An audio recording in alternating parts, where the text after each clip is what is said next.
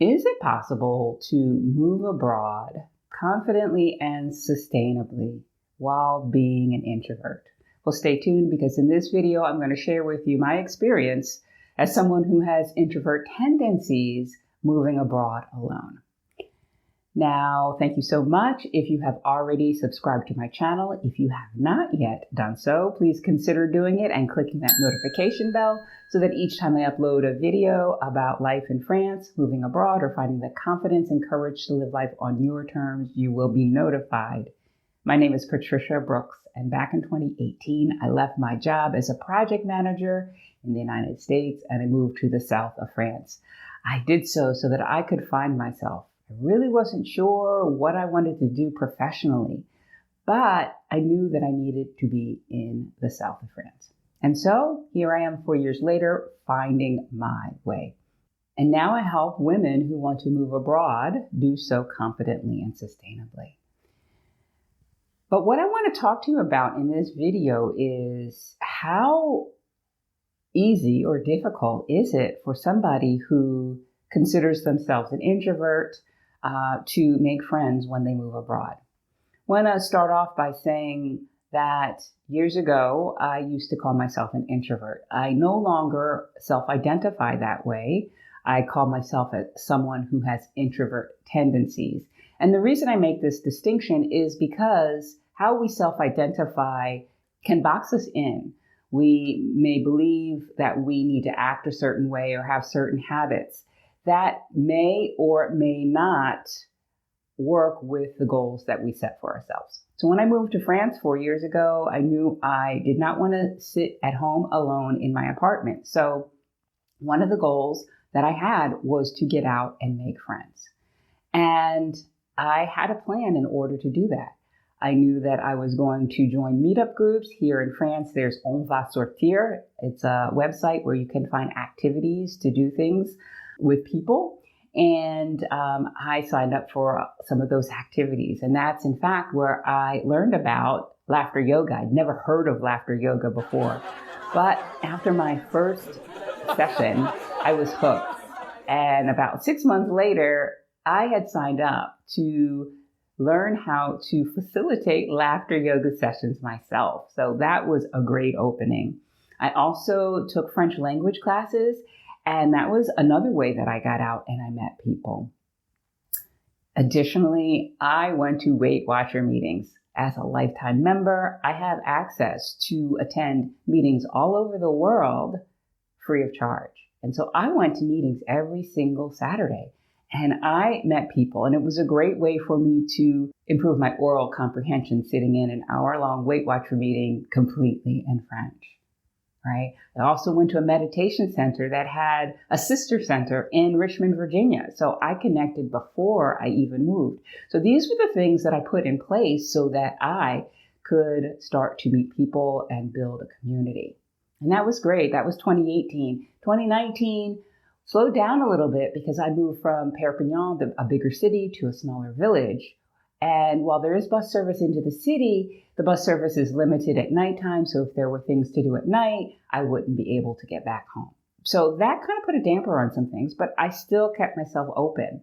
And then when I bought a car, 6 months into my second year here, that opened up other opportunities for me to get out and meet people. And one of the things that I attempted to do was to take dance lessons in Perpignan. And this was in November when I got my car. And unfortunately, it was out of the enrollment period for dance lessons. Called a couple of schools and said, no, you've got to wait till September to do this. There was one school, however, that said, yeah, come on down. And I did. And this is one of the first places I was driving in France. And so I was nervous and going around all those roundabouts and, people tend to drive faster, I think, here in France. And so I got to the place where I thought the school was, and I couldn't find the studio. I was like, it's in this strip mall type place, but I couldn't see it. I couldn't find it. So I called the instructor. She said, oh, I'm here. I'm like, where are you? Finally, I asked her about the address. And she's like, oh, no, we moved from there last month. I guess they didn't update the address on the website. Needless to say, I did not take dance lessons. I was so frustrated. I came back home. But in 2020, early 2020, I did attend a couple of Tai Chi classes here in my village. And it was great because the people were so friendly. I liked that activity.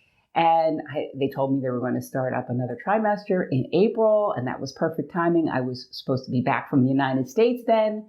But you know what happened? The pandemic happened.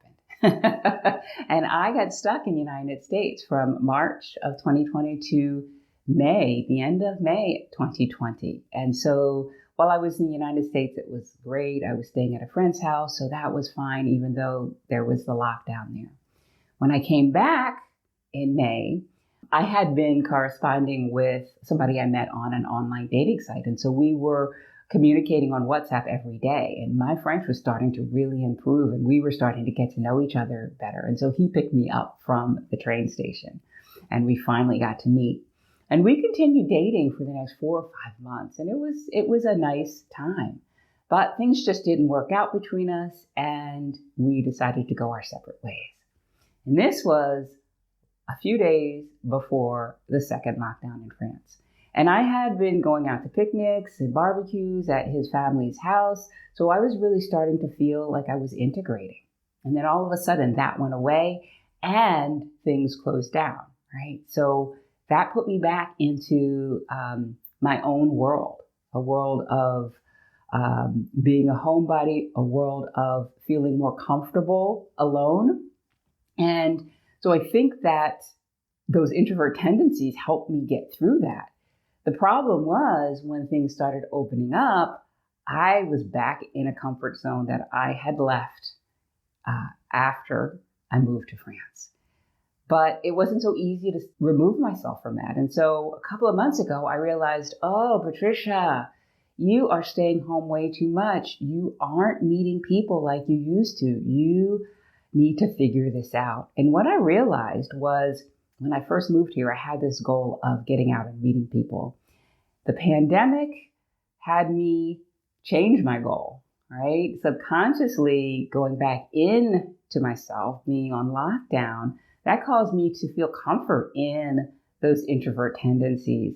And my goal shifted on a subconscious level. You know, I was always saying, yeah, I still want to meet people. But on a subconscious level, my goal had shifted to being safe, feeling safe and comfortable and at home. And that wasn't going to serve me if I was going to continue meeting people and building community here. And so I've decided that I am going to put myself out there more. I am going to do things that I haven't done before. And this is kind of based on this book I finished reading recently called 10 minutes par jour. And if you read French or if you read Italian, I highly recommend this book. The heroine in the book was challenged to do something she'd never done every day for 30 days for 10 minutes each day.